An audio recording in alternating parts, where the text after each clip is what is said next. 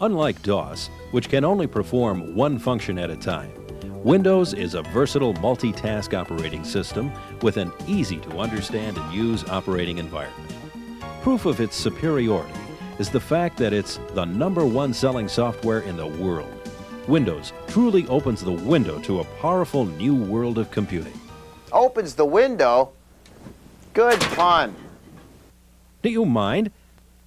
I'm trying to teach the people about Windows. Oh, is that what you're trying to do? I thought you were trying to lull them to sleep. Listen, Mr. Megabyte, if you want to help, be my guest. Otherwise, take your icon and click off. I've got a show to do.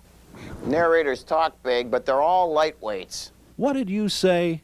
I said I'd be glad to help out. Good. Why don't you tell our audience what they'll learn by watching this tape? If you stay awake during this videotape, you'll learn the different modes of Windows. You'll become familiar with the basic Windows groups, applications, and utilities. You'll be able to use the Enhanced File Manager. You'll be able to use the Print Manager. You'll learn methods for sharing data between applications, and you'll know what TrueType fonts are and how to use them. You'll be able to use the control panel to make changes to the Windows environment, and you'll understand the meaning of life. The what? Oh, I'm sorry. That's in our next video. Come on. Okay.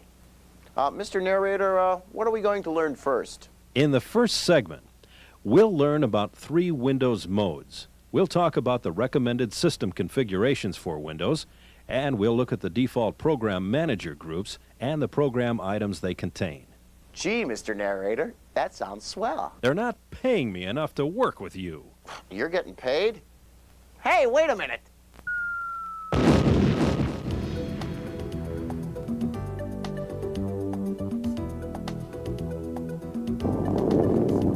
Let's begin our presentation by showing you how to start Windows and by showing you around the program.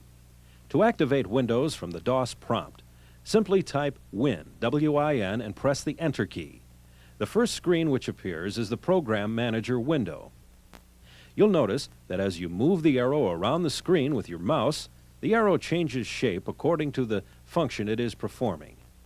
The timer indicates the user should wait for a procedure to be loaded or performed. The arrow shape means the program is waiting for the user to activate an option.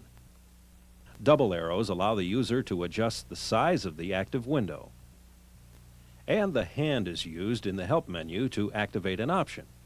To use the mouse within the program, move the arrow and highlight the option that you want. Then press the left mouse button to select it. With most mouse devices, you'll hear a click when you press the button. That's why we'll often refer to this action as a click. To activate the selection, double-click on it by pressing the left mouse button twice in rapid succession. To move an object within Windows, position the arrow over it, hold down the mouse button, and then drag it to the new location and release the button. When learning Windows, the Help menu can be a useful guide to the functions available in the program. To get help, either click on the Help option or hold down the Alt key and press H, or press the F1 function key. The Help menu lists various options depending on what window is active. When using Help, the Search option assists you in locating a specific topic, while the Index option shows you a list of them. You'll also find that there are 2 types of underlined words in the Help menu. Solid, which represents cross-referenced words, and dotted, which represents a definition of a word. When exiting Windows, you should always begin by closing all of the active windows, which will be demonstrated later. Next, to exit the program and return to DOS, simply click on File, then click on Exit, or hold down the Alt key and then press F and X. Now let's look at the basic elements of the window. First, you should know that there are two main types of windows: Applications windows and Document windows. Application windows contain programs. You can have this window fill the whole screen, or if you're running other programs too, you can split the screen among them. Document windows are used within application programs that allow more than one window to be open at a time. Obviously, this makes it faster to view and transfer data between documents. For application and document windows, there are some common elements. The title bar at the top of the window displays the name of the program and/or document. If you have multiple windows on screen, the title bar of the active one will change colors. When one window sits inside another, it will have a window title as well. Another common element is the control menu box, which is located in the upper left corner. The control menu allows you to size a window using the keyboard, as well as close a window, document, or program. To activate the control menu as a sub-command, click once on the box, then choose an option, or click on the box and press the application alpha key, or to close a window, simply double-click on the box. Another way to control the size of a window is by using the buttons found in the upper right corner. Click on the upper arrow and it fills the screen. Click on the double arrow and the window is restored to its normal size. Click on the down arrow and it becomes an icon. Along the perimeter of the window is the border.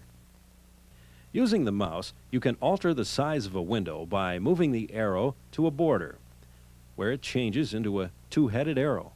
Then holding down the mouse button, drag the border and resetting it by releasing the mouse button. When there's more information in a window than can be shown, scroll bars will appear in either the right or the bottom margin. To use the vertical scroll bar, click and hold down on the up or down arrows. To skip, grab the box between the arrows and drag it. To use the horizontal scroll bar, use the right and left arrows or the box in between. Below the title bar, you'll see the menu bar. The menu bar changes options with every program used, although a few commands such as File and Help are universal. Clicking once on a menu option will display the submenu of commands. To highlight a command in the submenu, click on it or hold down the Alt key and press the letter underlined in the command. To select an option, click on the option or press the Enter key or press the underlined letter in the command name. If an option is gray shaded, it means that it's currently unavailable.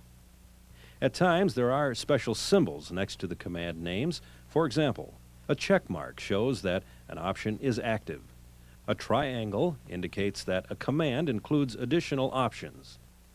An ellipse indicates additional data is required before the option will be activated, and a dialog box will appear. The information requested in the box depends on the command. To move between sections of the box, either click on the selection that you want to go to, or use the Tab key or hold down the Alt key and press the appropriate command letter. Within the boxes, you'll often be asked to make selections using either option buttons or check boxes. Option buttons are used when only one option can be used at a time. To activate, click once on the circle and a dot will appear inside it. Checkboxes are for non-exclusive options. To activate, check on the square and an X will appear inside it. If a file name or other such data is required, then a text dialog box will appear. With the cursor in the text box, you can alter or type the requested information.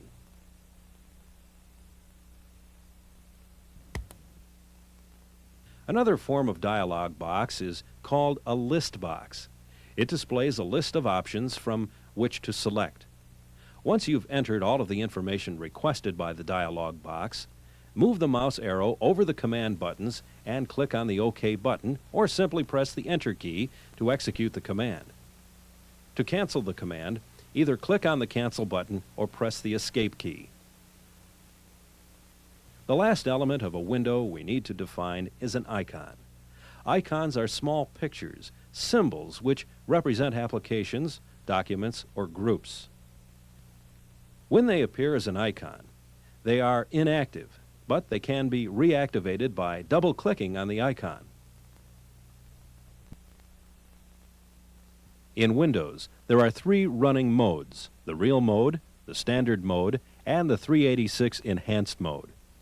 The Real Mode is designed for running Windows on a computer that has either an 8088 or an 8086 microprocessor and has only 640K of RAM memory. The Standard Mode is used to run Windows on a computer with an 8286 microprocessor or has less than 2 megabytes of RAM. The minimum requirements for running Windows in the Standard Mode are a 8286 microprocessor, 1 megabyte of RAM, and 6.5 megabytes of free hard disk space. In the Standard Mode, Windows can run multiple Windows applications at the same time, but it can't multitask non-Windows applications. For the 386 Enhanced Mode, the minimum system configuration is an 8386 microprocessor, 2 megabytes of RAM, and 8 megabytes of free hard disk space. The 386 Enhanced Mode can run multiple Windows and non-Windows applications simultaneously, with the non-Windows applications running in a window. To determine which mode Windows is running in, click on Help. Then, click on About Program Manager. The following window will be displayed. This window shows you which mode you're in, the amount of free memory, and the amount of free system resources. When you're finished, simply click OK. How come you're getting money for this and all I got was this lousy t-shirt? That's fitting. Oh, funny. Another bad pun. Boy, you're worth your weight in gold. Look who's talking. Hey, you making fun of my size? Hey, come back here. In its basic design, Windows has 4 program groups, which are all located in the Program Manager. The 4 groups are the Main Group, the Accessories Group, the Games Group, and the Startup Group. Within each group are several program items that perform specific Windows applications. Inside the Main Group is the File Manager, which manipulates files and directories. The Control Panel, which sets up the Windows environment. Print Manager, which spools and manages print jobs. Clipboard Viewer, which views the contents of the clipboard. MS-DOS Prompt, which provides a DOS prompt for performing DOS functions. Windows Setup, which sets up Windows for the system's hardware as well as applications. PIF Editor, which edits PIFs for non-Windows applications. And README, which outlines changes to the current Windows version. As for the Accessories Group, it contains program items such as Write, a word processor, Paintbrush, a graphics program, Terminal, a communications package for modems, Recorder, which records keystrokes and mouse movements for automating tasks, Notepad, a text editor for short documents, Card File, a computerized Rolodex, Calendar for keeping appointments and schedules, Calculator, which includes scientific functions, Clock, with your choice of digital or analog, Object Packager, which creates objects from applications that can be embedded into other applications, Character Map, which shows the available characters in a font set and allows users to cut and paste special characters. Media Player, for controlling CD-ROMs and other multimedia equipment. And Sound Recorder, for recording and playback of sounds on a sound card. Within the Games group, you'll find two: Solitaire, the card game, and Minesweeper, in which the object is to find hidden mines. In the fourth and final group, Startup, there are no program items. This group is meant to be modified by the user. By placing items into the Startup group, the applications represented by items will automatically be loaded along with Windows. Well, Mr. Megabyte, is there anything you want to add? No. Listen, I'm not getting anything for this. Just the satisfaction of helping others learn about Windows. Honest, I was just putting you on. I knew that. Good. Now, why don't you just tell our audience about what we'll be showing them next? Oh, okay. In this segment of the video, we'll be showing you how to use Program Manager to create groups and items, how to run applications from Program Manager, how to run non-Windows applications from Program Manager, how to use File Manager to create, delete, rename, move, and copy directories and files, how to print files, how to use Print Manager from applications, how to pause, resume, delete print jobs in Print Manager, how to set up shortcut keys for switching between applications.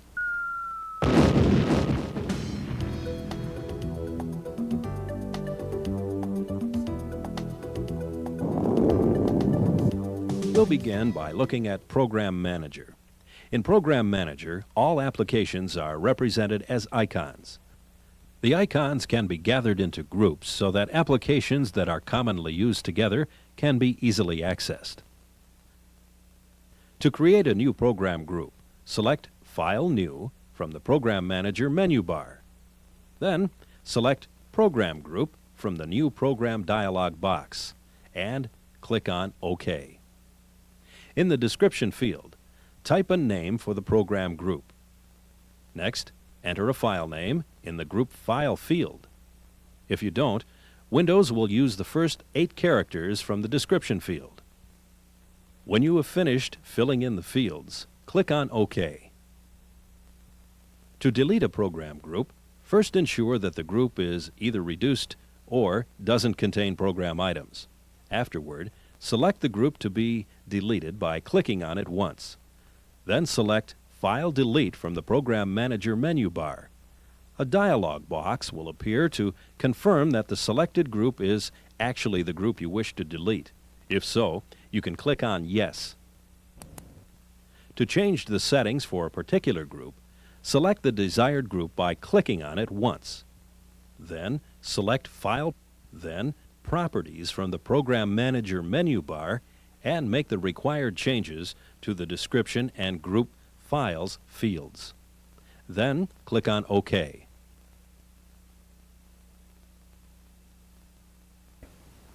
Captain, we appear to be approaching a cluster of program items at warp speed. Mr. Spock, what are these program items? Captain, program items are icons that represent programs. To run the application, all you have to do is double-click on the program item. All program items must be placed in program groups. So the first step in creating a program item is to select which program group to put it in. Start by selecting File New from the Program Manager menu bar, followed by Program Item. Then click on OK. In the description field, type the name for the program item. In the command field, type the name of the executable file for the particular program that you are setting up. If you don't know the name of the executable file, click on Browse and then use the Drives box to select the proper drive and use the Directories box to choose the desired directory. In the File Name box, you should see the executable file name for the application. Click on the executable file name, then click on OK. If you need a certain directory to be current when you use the application, enter the directory and path in the Working Directory field. If you want to use a shortcut key to switch between applications, click in the Shortcut Key field, then press the keys that you wish to use for this application. For example, if you want the shortcut key to be Control-Shift-L, then hold down the Control and Shift keys and then press L. You'll have several options when creating a shortcut key combination: Alt, Control, and Character, or Control, Shift, and a character, or Alt, Control, Shift, and a character. If you wish to change the icon for the item, click on Change Icon. In the File Name field, enter the name of the file that contains the icon you desire for this item. In the Current Icon Slider box, you'll see a list of all of the icons in that file. If you want to use a different file for icons, click on Browse, and then use the Drives box to select the proper drive and use the Directories box to choose the desired directory. In the File Name box, select the file that contains the desired icon, then click on OK. The icons contained in the file will be displayed in the Current Icon Slider box. Use the horizontal scroll bar for the Current Icon Slider box to locate the icons you wish to use. Then click on it once and click OK. If you want to have the application loaded as an icon when you first run it, ensure that the Run Minimized box is checked. The application is now set up as an item. Click on OK to return to the Program Manager. The item will appear in the specified group. Bones, now that we've created a program item, how can we copy and move it? Damn it, Jim, I'm a doctor, not a hacker. Mr. Spock, any ideas?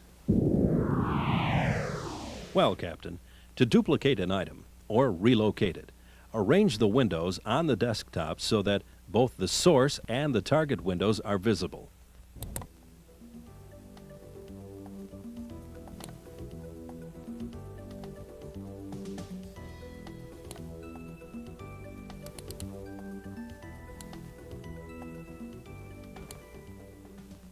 Then click on the item to be moved or copied. To move the item, drag it from the source window to the target window. To copy the item, hold down the Control key, then drag it from the source window to the target window.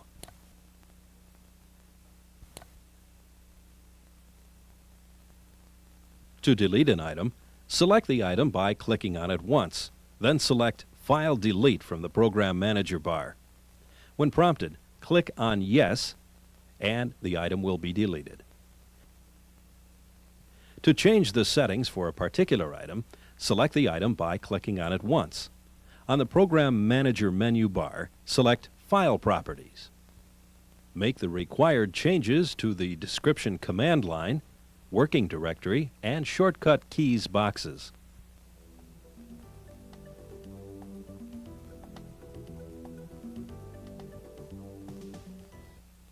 If you want to change the icon that the non-Windows application uses, click on Change Icon and select the icon from the Current Icon Slider box. If you have made all of the changes you require to Program Items properties, then click on OK. To run an application that has been set up as a program item, open the program group that contains the program item you wish to run. Then either double-click on the program item or click once on the program item and press Enter.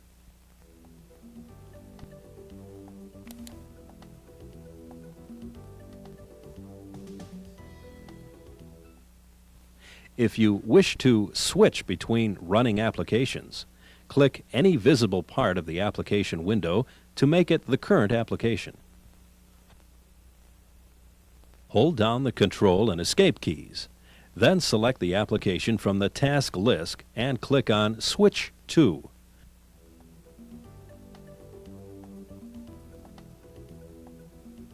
Hold down the Alt and Tab keys to cycle between active applications. Release to set the current application. If previously set up, use the shortcut keys.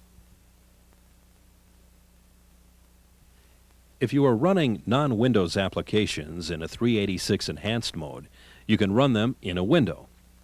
Whether a non-Windows application runs full screen or in a window is determined by the setting in the application's PIF. If the application is running full screen, then press the Alt and Enter keys to switch it to the window. With some non-Windows applications, the screen font is too large, so only part of the application appears in the window. To change the screen font for non-Windows applications, ensure that the non-Windows application is running in a window. Then click on the Control menu box in the application's title bar and click on Fonts. In the font box, select the size of the font that you want to use. In the selected font box, you'll see an example of how the selected font will appear on the screen. In the window preview box, you'll see how much of the screen the application window occupies. If you want to have these settings activated for all of the non-Windows applications, ensure that Save Settings on Exit is checked. When you're finished, click on OK. If you wish to change the non-Windows applications back to running full screen, then press the Alt and Enter keys. When you have made changes to Program Manager, such as repositioning the program groups, rearranging program items within groups, resizing or repositioning Program Manager or program group windows, you can save the changes by selecting Options and Save Settings on Exit, which will save the settings when you exit Windows. Or you can select File, then hold down the Shift key and click on Exit Windows, which will save the settings without having to exit Windows. Scotty, we need to streamline our Windows power. But, Captain, we're doing everything we can. Quit sniveling, Scotty, for God's sake. I don't want excuses, I want answers. Well, Captain, I suppose we could use the file manager to manipulate the film directories and drives. Well, for God's sake, then do it, man. Aye, sir. Mr. Spock, what is the file manager?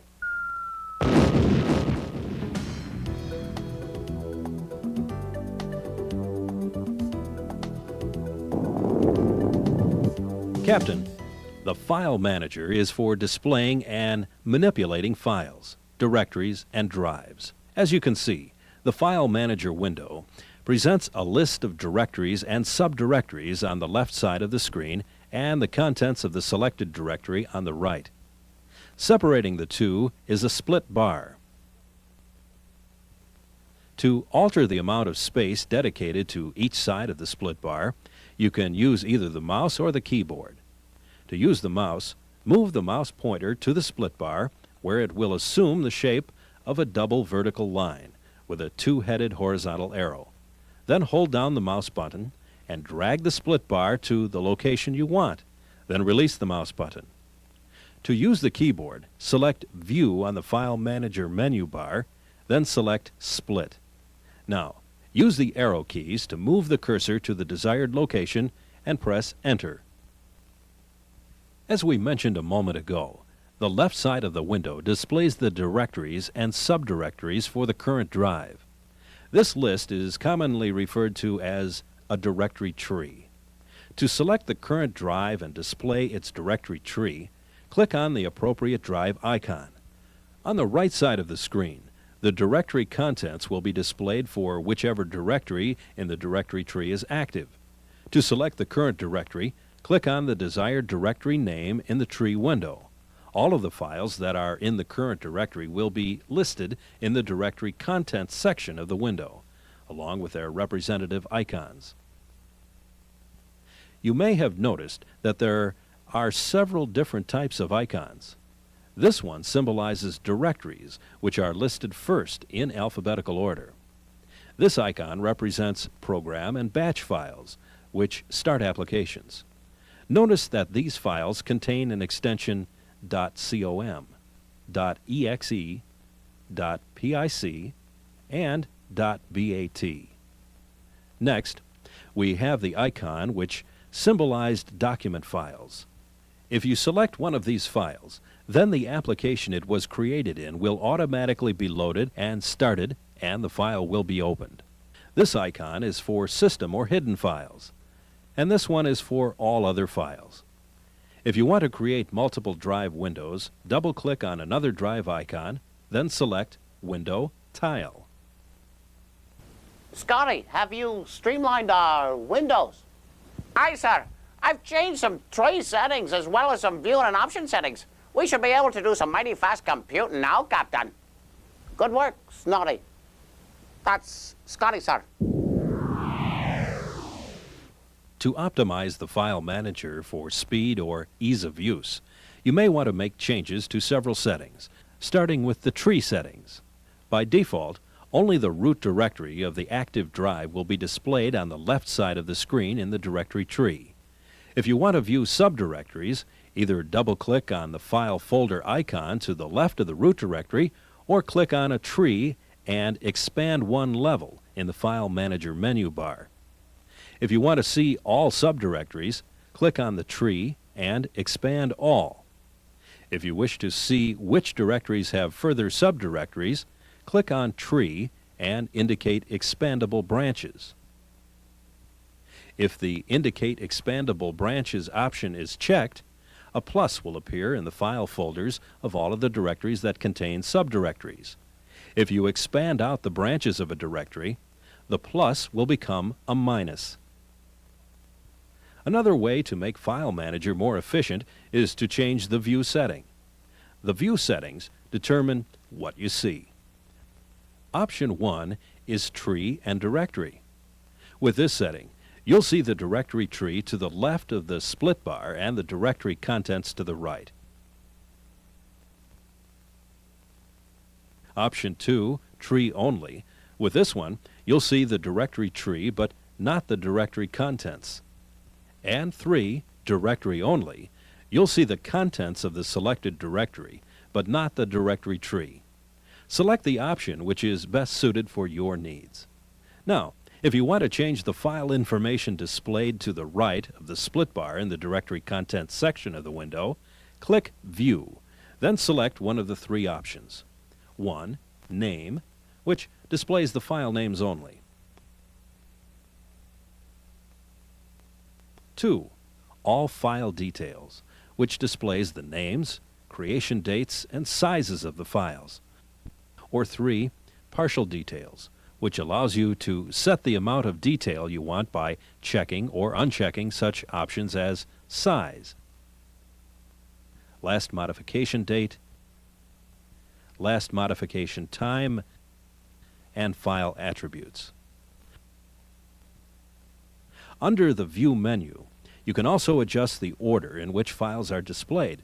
To do so, select View, then select the option which you prefer. Sort by name, sort by type, sort by size, or sort by date. The last option under View is Sort by File Type. This option allows you to generate special lists of files. You can list directories, programs, documents, and other files. Another setting which can be modified to improve File Manager usage is that for options. The Options menu allows you to determine how File Manager functions and what information it displays. When you delete, move, or drag files with the mouse, message boxes will appear, prompting you to confirm the action. If you don't want to have these confirmation messages appear for some or all of these situations, you can select Options and Confirmation. In the Confirmation window, select those options you want to have confirmed. File Delete confirms each file deletion. Directory Delete confirms each directory deletion. File Replace confirms before writing over or on top of an existing file. Mouse Action confirms copying or moving when you are dragging with a mouse. And Disk Command produces a warning box prior to a disk format or copy. Once you have set the options you want, click OK. The Options menu also allows you to set the display font for the File Manager.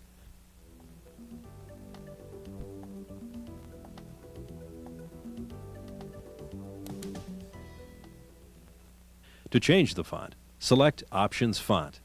In the Font dialog box, select the font you want to use from the Font field, the style of the font that you want from the Font Style field, and the point size from the Size field.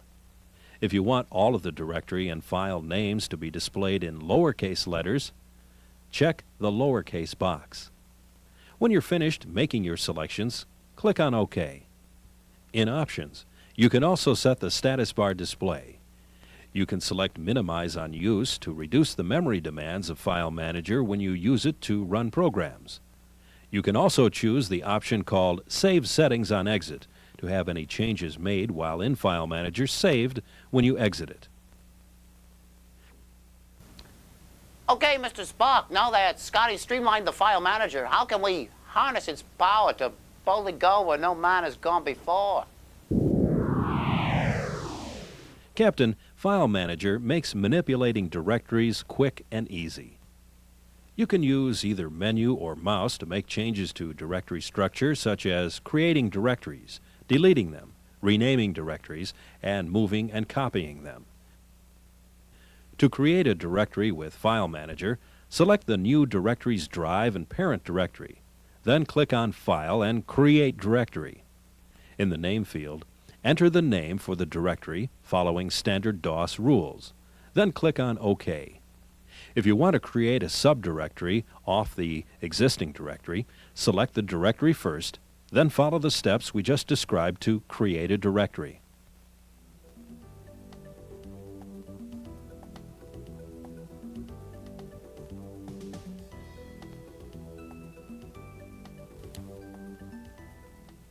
To delete a directory, select the directory from the directory tree. Then select File and Delete. When prompted to confirm, click on OK. If you have Directory Delete checked in the Options confirmation menu, then you will be prompted a second time to confirm that you want to delete the directory. Click Yes. To rename a directory, select it from the directory tree, then click on File and Rename. The From field will show you the current name for the directory.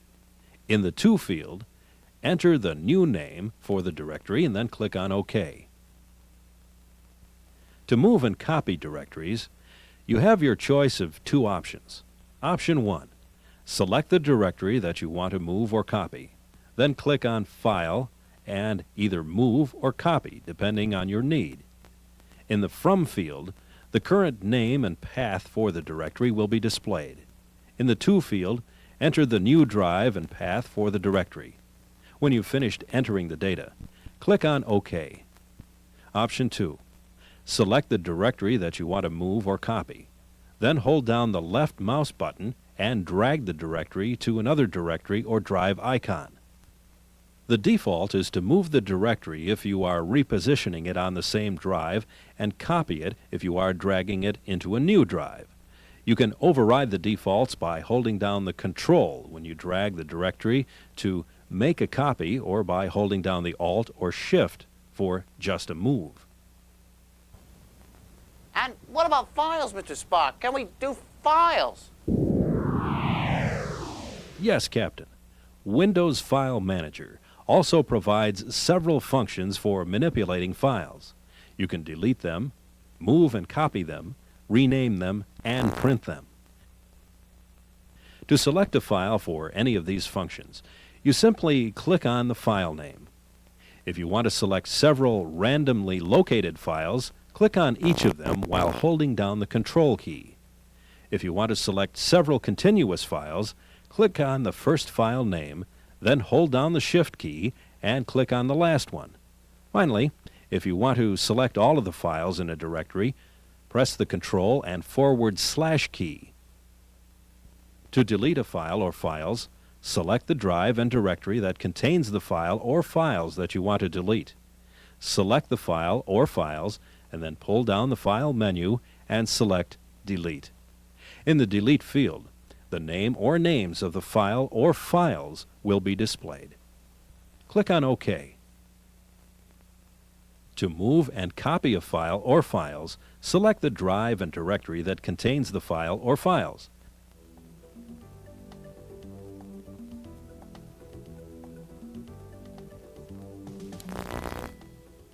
Then pull down the File menu and select either Move or Copy depending on your needs.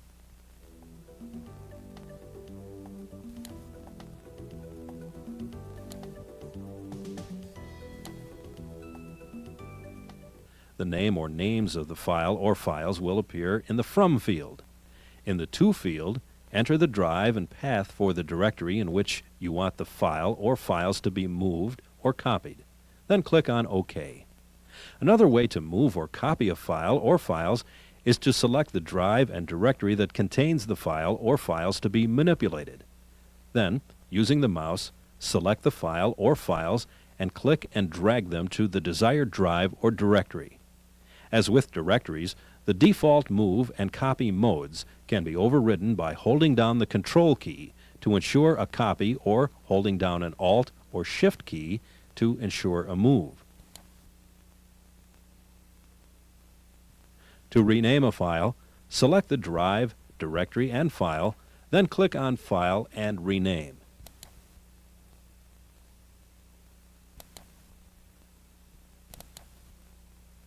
The From field will display the field's current name. Enter the new name into the To field and click OK.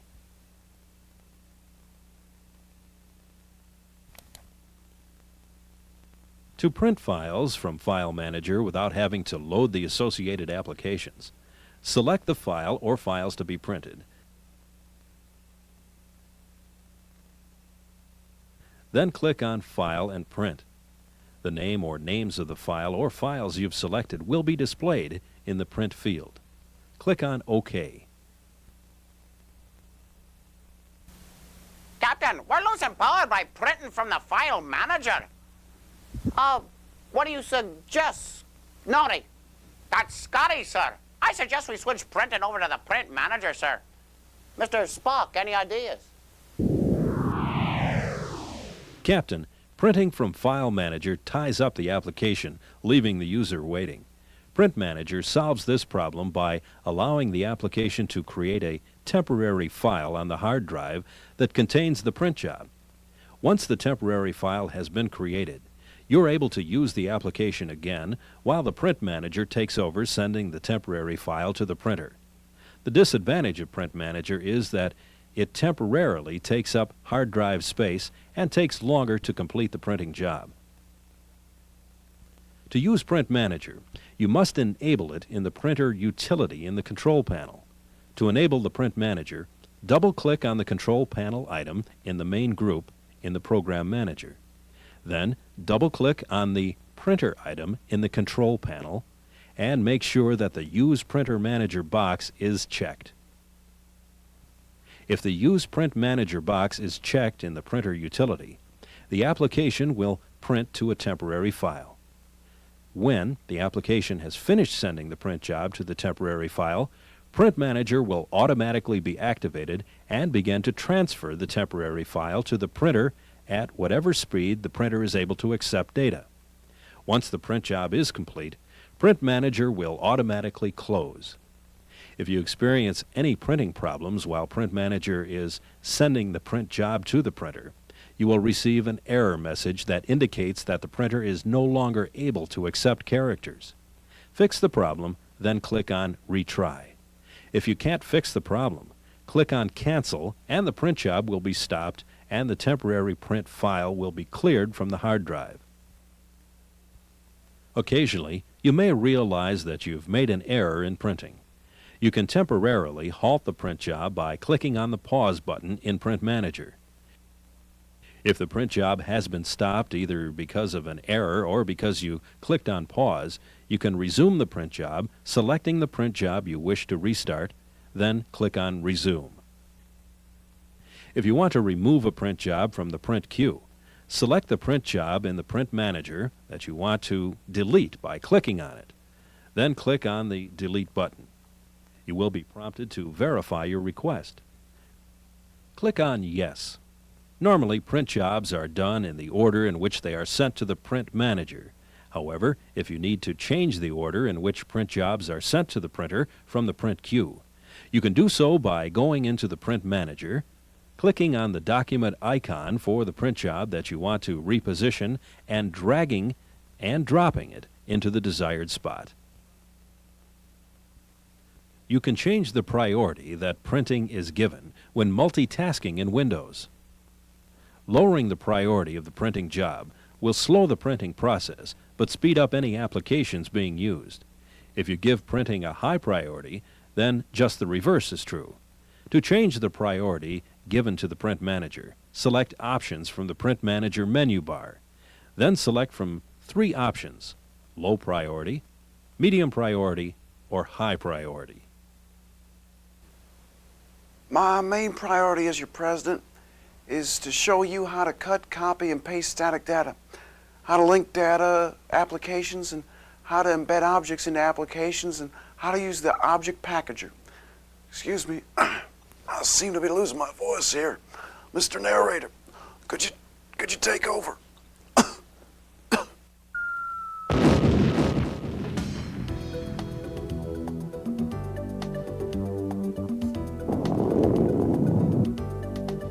One of the advantages of Windows is the ability to share data between applications using the clipboard. All cutting, pasting, linking, and embedding of data is accomplished through the clipboard. When you select the data that you are going to use in another application, you'll cut or copy it into the clipboard, where it will be stored in the format in which it was originally created. For example, a graphic drawn in Paintbrush will be transferred as a picture. Then, you'll paste the contents of the clipboard into the target application. The format the data maintains in the target application depends on whether the application can support DDE or OLE, or the original format of the data. If the target application doesn't support DDE or OLE, then the data will be pasted from the source in a static form. To cut data from the source application, select the information that you want to transfer by highlighting it. Then, from the Applications menu bar, select Edit and Cut, or press the Shift and Delete keys. Once you've cut the data, it will no longer be in the source application. To copy the data instead, highlight it. Then, from the Applications menu bar, select Edit and Copy, or press the Control and Insert keys. The data will be copied to the clipboard, and the original will remain intact within the source application. To view the data that has been transferred into the clipboard, double-click on the Clipboard Viewer item in the main group in Program Manager. What you've cut or copied into the clipboard will be displayed in the Clipboard Viewer window.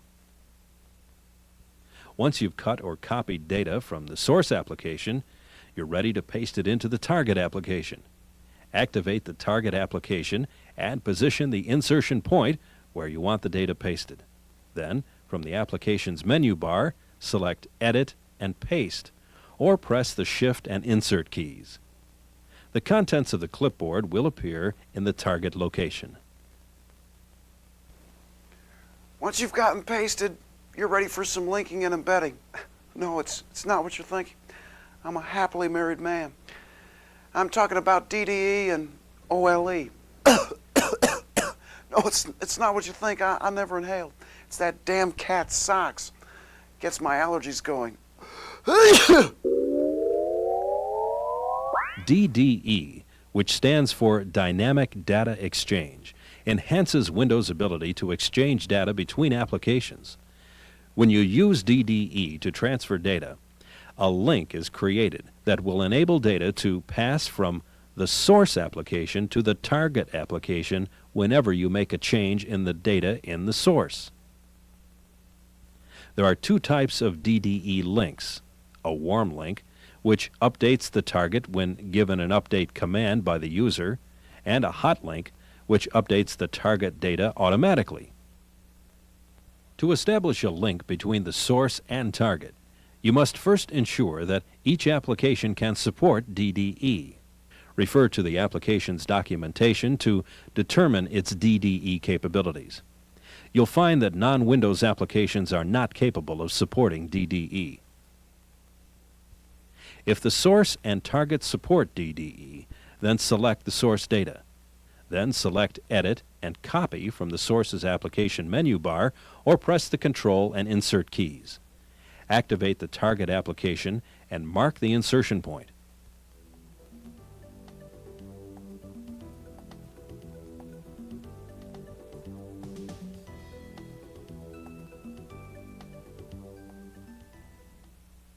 Then, from the Target Application menu bar, select Edit, Paste, and Link. This will transfer the data and establish the link, which is by default a hot link. If you wish to change it to a warm link, check the documentation of the Target application.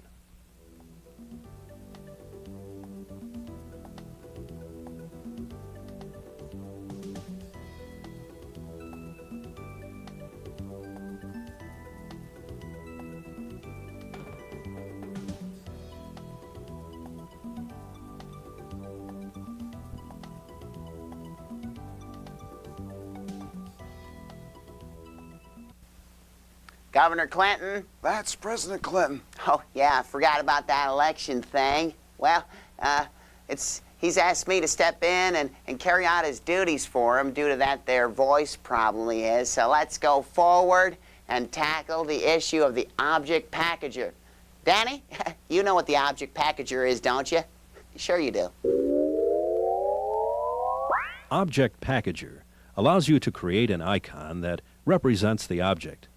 This icon is called a package, and it can be embedded into the target document and activated with a double click. To create an object package, double-click on the Object Packager item in the Accessories group in the Program Manager. The Object Packager window is split into two parts. The left side is Appearance, and the right side is Content. Click anywhere in the Content section, then from the Object Packager menu bar, select File and Import. Then use the Drives and Directories fields to locate the document that you want to use to create the package. In the File Name field, click on the file that you want and then click on OK. The words Copy of and the file name will be displayed in the Content section of the window. In the Appearance window, the program icon associated with the selected document will be displayed. To change the icon, click on Insert Icon. The icons available in the program file will be listed in the Current Icon field. Select the icon you want, then click on OK. By default, the label for the icon will be the name of the selected document. If you want to change it, select Edit and Label from the Object Packager menu bar. In the Label field, enter the new label name and click OK. Now that you've defined the package, select Edit, Copy, and Package in the Object Packager menu bar. Then, activate the target application and mark the insertion point. Next, from the Target Applications menu bar, select Edit and Paste or press the Shift and Insert keys. The icon for the object package will appear in the target document. To run the linked application, simply double-click on the package icon.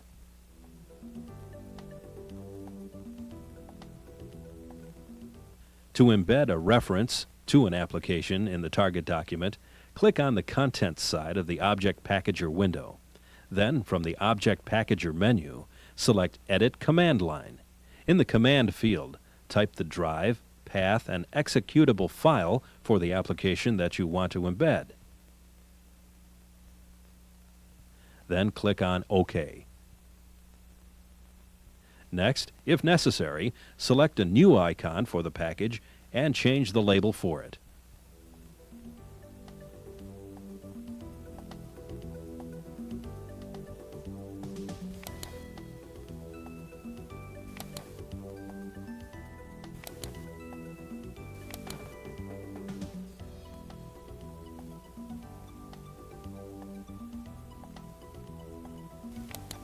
Then, after you've defined the package, select Edit, Copy, and Package from the Object Packager menu bar.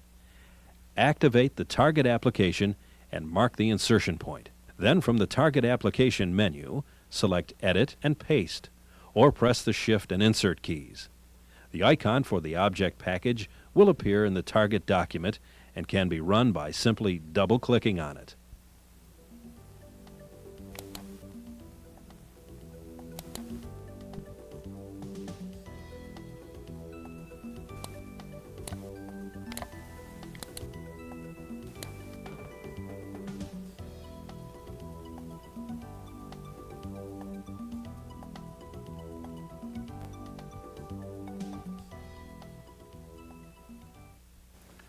Well, hello there. This is Ronald Reagan. I thought I'd stop by to add my 2 cents worth. Wow. For a while, I thought for a second I thought I forgot how to read.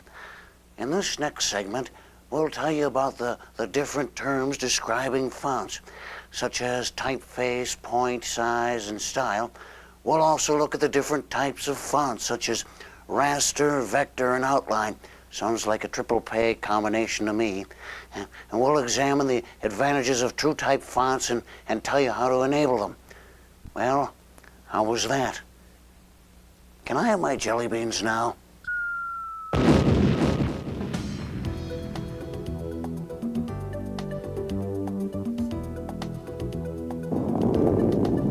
To understand how Windows and applications work with fonts, it is important to understand the 3 parts of a font. Each font is comprised of a typeface, a point size, and a style.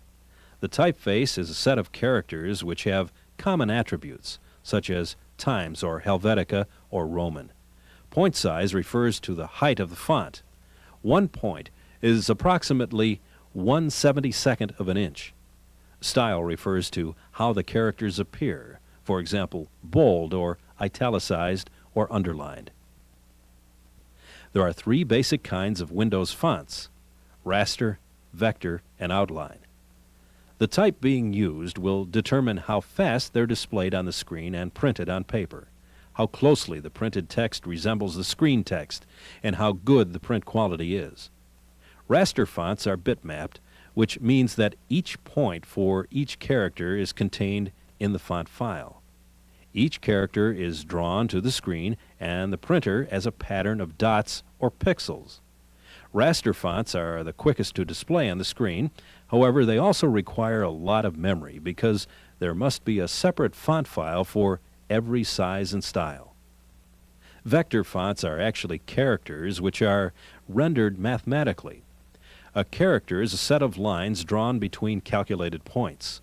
Vector fonts require far less memory than raster fonts. However, they take longer to display and print because of the mathematical calculations involved. Outline fonts, also known as TrueType fonts, are stored as outlines. Then, when you select a typeface and a point size, it's converted into a bitmap. Next, hinting is applied to the bitmap to enhance its resolution. These fonts have several advantages over other kinds of fonts.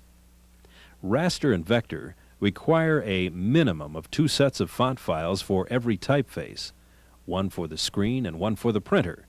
This results in greater use of memory and discrepancies between what you see on the screen and what you get on paper. TrueType fonts are different. A single font file is used for both the screen and the printer, reducing memory usage and improving consistency. Another advantage of these fonts is their compatibility with all printer types. Whereas raster fonts can't support printing devices such as plotters, and vector fonts can't work with dot matrix printers. The only disadvantage of TrueType fonts is it takes longer to create a font. However, once it's created, it is stored in the computer's font buffer for quick access and printing. To enable TrueType fonts, double-click on the control panel in the main group in Program Manager. Then double-click on the Fonts item in the control panel and click on TrueType. Next, ensure that the Enable TrueType Fonts box is checked and click on OK. Then click on Cancel to return to the control panel. Along with TrueType fonts, Windows loads some raster and vector fonts to maintain compatibility with older versions of Windows. However, if you want only TrueType fonts to be displayed, double-click on the control panel in the main group in the Program Manager. Then, in the control panel, double-click on the Fonts item and click on TrueType. Also, make sure that the Show Only TrueType Fonts in the Applications box is checked. Then click on OK and Cancel to return to the control panel. Now only TrueType fonts will be displayed when using the printing application. I tell you, that Reagan character is Daffy. Who you calling Daffy? I'm the only one to use the Daffy around here. That you are. Well, as long as you're here, why don't you make yourself useful and introduce the last segment? Sure. In this final segment, we'll demonstrate how to use several of the utilities in the control panel. The control panel, which is located in the main group program manager, provides methods for changing the Windows display, the way Windows functions with devices, and the options for running in 386 enhanced mode. So, how was that? That was superb, Doc. Why, thank you.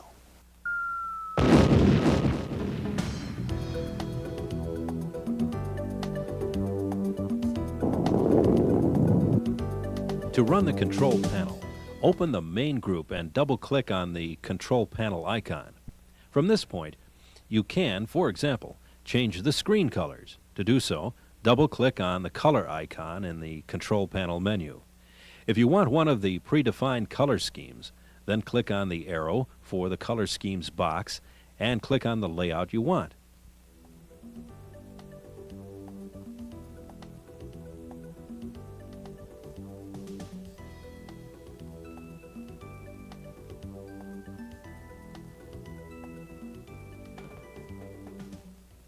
If you want to create your own custom layout, click on Color Palette. The color screen will be expanded. Select a screen element by pointing to it in the sample screen in the color window, or by clicking on the arrow for the screen element box and selecting the desired screen element. Click on the color you want to assign to the chosen screen element. By clicking on Define Custom Colors, you can design your own colors to assign to screen elements.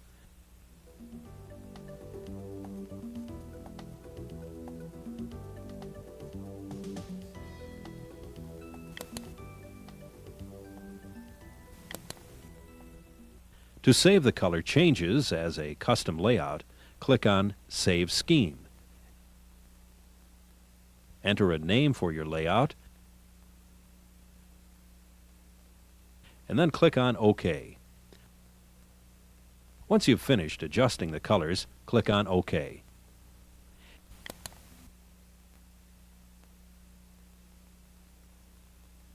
If you use a modem or any device which is accessed through a communications port, you need to configure it. To configure a port, double-click on Ports from the control panel. Click on the port that you want to configure, then click on Settings. Configure the port by setting the baud rate, data bits, parity, stop bits, and flow control. Refer to the manual for the device that you are going to attach to this port to determine these settings. By using the Advanced button, you can even set features such as the base I/O port address and the interrupt request line. Once again, refer to the device manual for the proper settings. When you're finished, click on Close. Next, let's take a look at mouse controls. A mouse? Where? Where's that mouse? Not that kind of mouse, this kind of mouse. Looks appetizing. What kind of mouse is that? Never mind. Often, people find it difficult to use the mouse because it moves too fast or because it's too touchy. You can change those settings to suit your needs by double-clicking on the mouse icon in the control panel. To change the tracking speed, move the box in the horizontal scroll bar for the mouse tracking speed to increase or decrease it. To change the double-click speed, move the box in the horizontal scroll bar for double-click speed to increase or decrease the interval for the clicks to register as a double-click. To check this setting, double-click on the test box. If the colors invert, you've successfully double-clicked. If you're using a computer with an LCD screen, you may want to use the mouse trails option to help you track it on the screen. When you've finished adjusting the settings, click on OK.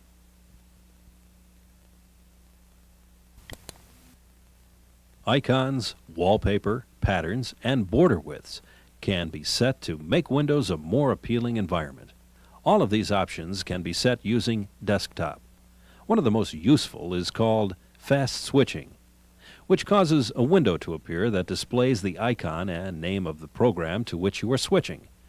To activate Fast Switching or to change any of the desktop's parameters, double-click on the desktop icon from the control panel. Then, look to see if the Fast Alt plus Tab switching box is checked. If it isn't, and you want fast switching capability, click on it.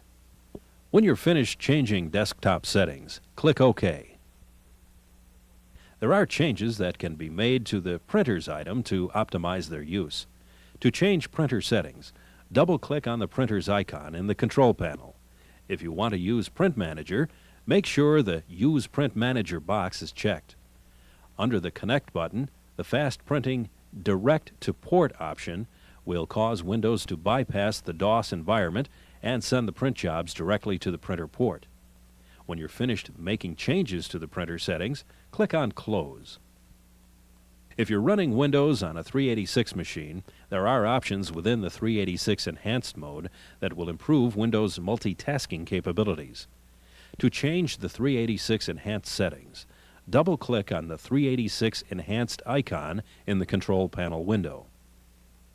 If two non-Windows applications or a non-Windows and a Windows application require the same port at the same time, the device connection settings will determine how to handle the conflict. Windows can always warn you, never warn you, or detect idle time. Another consideration is for scheduling, which determines how Windows allocates time when multitasking. The time allotted is determined by its state, with the foreground being the fully active application and the background being partially active. The setting for Windows in foreground and Windows in background are based on percentages. For example, a setting of 100 for foreground and 50 for background means foreground gets twice as much computing time as background.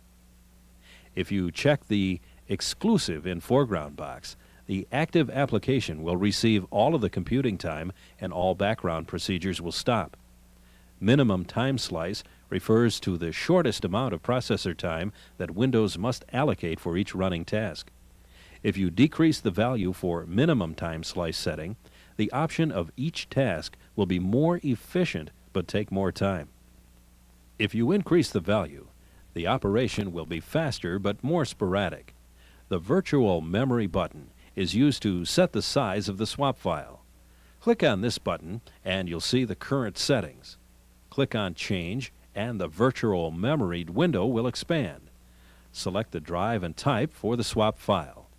Then enter the amount of memory to be converted into a swap file in the new size box. When you're finished, click on OK. A message box will be displayed to confirm your changes. Click on Yes. Then click on OK to save the new 386 Enhanced settings and to exit. On some systems, the option Use 32-bit disk access will appear at the bottom of the Virtual Memory box. If it appears, you'll be able to use direct 32-bit access on your hard drive. This will significantly increase the speed that Windows reads and writes to your hard drive. Well, there you have it. Everything you wanted to know about Windows, but were afraid to ask. We hope you have found this training video informative, and we hope that you're now able to fully utilize the power and versatility of Windows. Thank you, Mr. Megabyte, for your help, and thank all of you for watching. Boy, you're such a professional. That's why I get the big bucks. Hey, big bucks, wait a minute, huh? I'm just kidding, really.